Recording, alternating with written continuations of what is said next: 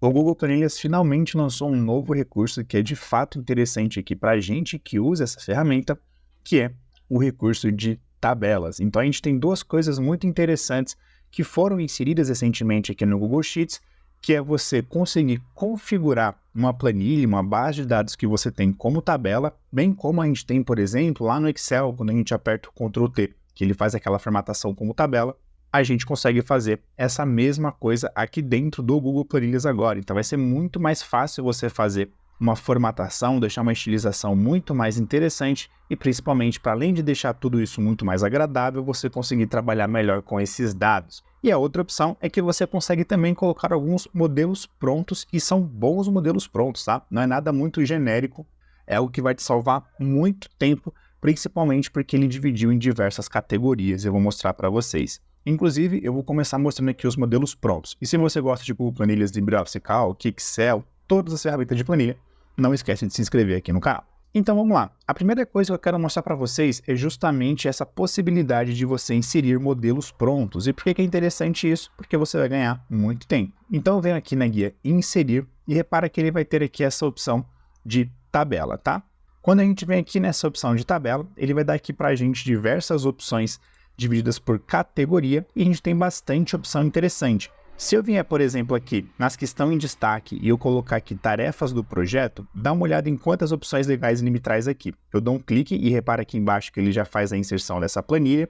Vou fechar essa aba aqui de tabelas e a gente já tem aqui uma base de dados pronta para ter os dados inseridos nela. Então a gente tem aqui tarefas, já configurado como texto. A gente tem aqui as listas suspensas divididas por prioridade, então ele já coloca esses dados para a gente.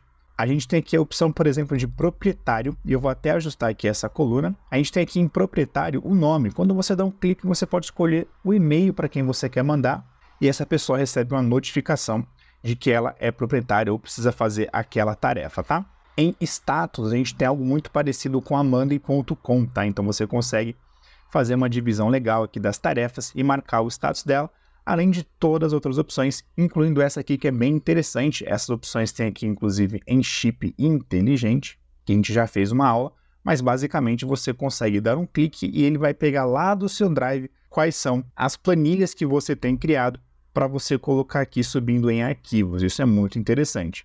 Além disso, você pode também mexer no nome de cada um desses cabeçalhos e também, se você quiser mudar aqui o nome da tabela. Aqui ele está como tarefas do projeto 1, mas você pode colocar aqui, por exemplo, como Planner, tá? Você pode mudar, você tem essa opção aqui dentro dessas tabelas. Outro ponto interessante é que essas opções onde vocês estão vendo aqui de data, ela já vem formatada aqui como calendário mesmo. Então, toda vez que você der os dois cliques, ele já vai aparecer aqui um calendário na célula, e este calendário é só você clicar e ele faz ali a inserção automática dessa data. Então é muito interessante porque ele tem trocentas opções aqui de tabela pronta e com certeza alguma delas vai te ajudar.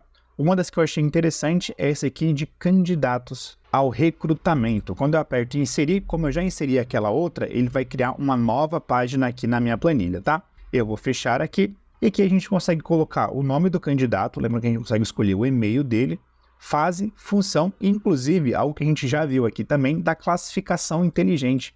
Essa classificação inteligente basicamente você consegue colocar aqui na lista suspensa a avaliação daquele candidato, ou seja lá, do que você esteja criando. Então isso é realmente muito interessante para você que mexe com o Google Planilhas, porque você tem aqui uma série de tabelas prontas e fáceis de ser usadas e também de configurar, beleza?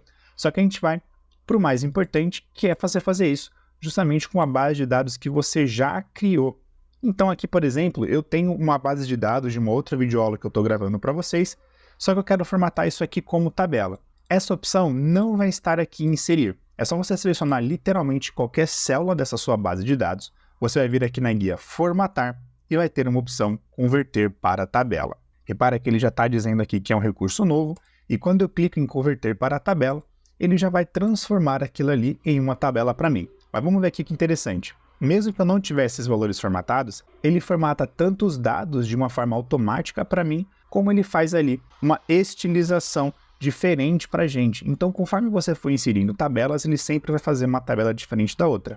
Automaticamente, ele também fez aqui o congelamento, né? Então, quando eu deixo aqui esta barrinha cinza em algum lugar, ele fica congelado para quando eu mexer na minha planilha, ele não alterar, né, não subir aquele cabeçalho, deixando ele invisível. Então a gente tem aqui essa formatação e ele também coloca as bordas. Então, se de repente eu tivesse tudo isso aqui na minha coluna, em vez de categoria fosse data, por exemplo, e eu tivesse formatado como data, ele ia replicar isso para as demais também. E sempre que eu for inserir novos valores, ele vai fazer essa formatação.